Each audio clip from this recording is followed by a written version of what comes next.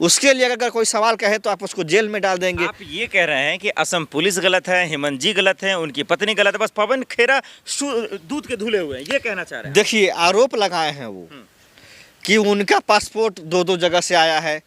Dubai में passport है, India का पासपोर्ट है, वहाँ पे उनका ये बिजनेस है। उसके डॉक्यूमेंट की आप जांच कीजिए।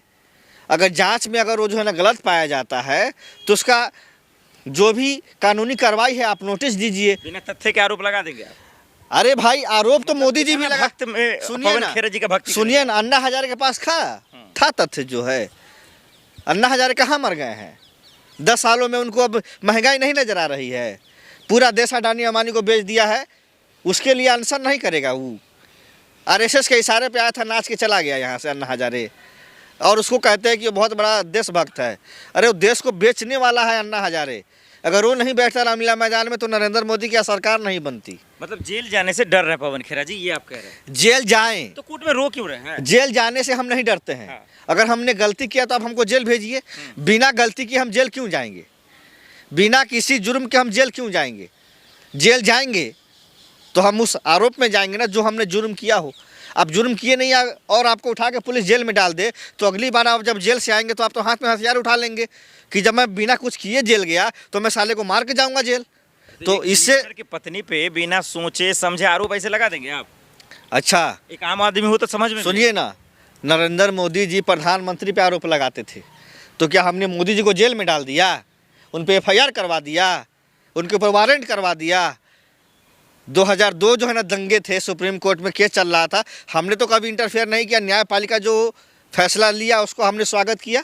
लेकिन आज तो न्यायपालिका को भी इन्होंने अपने कब्जे में कर लिया है नरेंद्र मोदी। और जितने जज बैठे हैं सब न्यायपालिका में 80% जज जो है ना आरएसएस के यहाँ से आता है कि तुमको क्या आदेश देना है, और वही आदेश दिया जाता है जो आरएसएस हेडक्वार्टर जो है ना डिसाइड करती है। ऐसे देश चलेगा?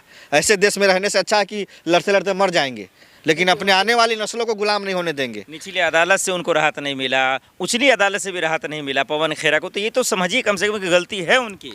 गलती क्या है? गलती यही है कि उन्होंने जो है ना सवाल पूछा है। गलती यही है कि आज आप हमसे जो है ना सवाल पूछ रहे हैं, कल को आप भी जो है ना दिल्ली पुलिस उठा ले जाएगी, आपको भी एनकाउंटर कर देगी। यही लोग, क्या आप लोग यही चाहते हैं कि इस देश में क्या किसी का कोई अधिकार नहीं रहा कि वो जो है ना सच बोल सके? पवन खेरा जी ने क्या गलती किया था? लोकतंत्र में किसी राज्य का मुख्यमंत्री के अगर ऊपर आरोप लग रहे हैं तो ये कोई पहली बार तो आरोप नहीं लग रहे हैं। लालू जी के ऊपर आज तक आरोप लगा है कि जो है ना चारा घोटाला हुआ, ये लगा वो लगा, हर मुख्यमंत्री पे लगता है। ममता जेल भी गए ना, वो मायावती पे आरोप लगा कि उन्होंने जो है ना बहुत बड़े बड़े पार्क बनवाए, उसमें घोटाला हुआ। एक चीज समझाइए, नहीं इतना मत घुमाइए, नहीं इतना घुमाइए नहीं, एक चीज समझाइए। असम की जनता गलत होती है, हेमंत जी गलत होते हैं, उनकी पत्नी गलत होती है, एग्जिट पोल में जीतते भी नहीं। एग्जिट पोल तो सारा अडानी अंबानी का चैनल है। दो आदमी, 4 मई को आ जाएगा रिजल्ट, सुनिए ना, दो आदमी देश को बेच रहा है, 2 आदमी देश को जो है ना खरीद रहा है।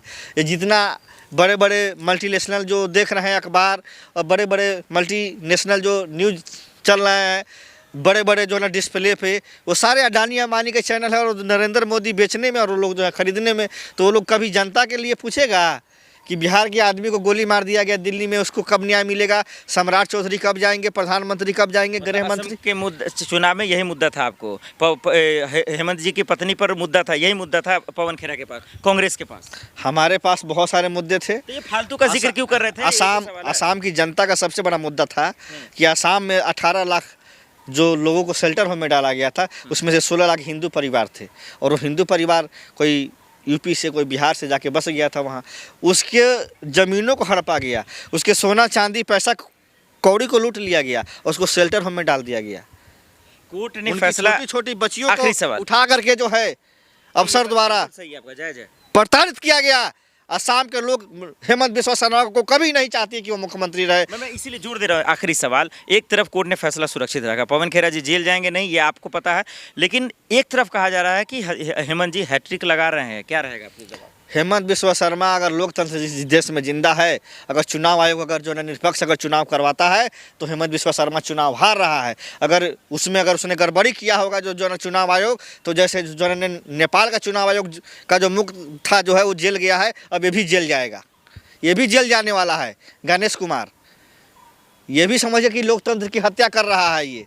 भाजपा को जो है ना जिताने के लिए 90 लाख लोगों का नाम काटा है बंगाल में, 50-60 लाख जो है बिहार में नाम कटवाया। ये इसको तो फांसी का सज़ा होना चाहिए। ऐसे जो है ना इलेक्शन कमिश्नर को फांसी पर लटकाना चाहिए बीच जो है ना चौराहे पर। इसने देश की जनता को बर्बाद करने का काम अगर कोई किया है तो ये जो है ना चुनाव आयोग किया है। आज बताइए गरीब आदमी जो है ना भूखे, एग्जिट पोल आया नहीं, नतीजे आए नहीं कि आपका रोना हो गया, फिर से चुनाव आयोग को गाली देना है। बस यही। गाली नहीं दे रहे हैं, लेकिन पवन खेरा की गलती गाली नहीं दे रहे हैं। ये चुनाव आयोग नहीं है, ये भाजपा आयोग बन गया है। भाजपा का मोहर लग के देखने को मिलता है जो है ना ठीक है। नेट पर। ये सब क्या है?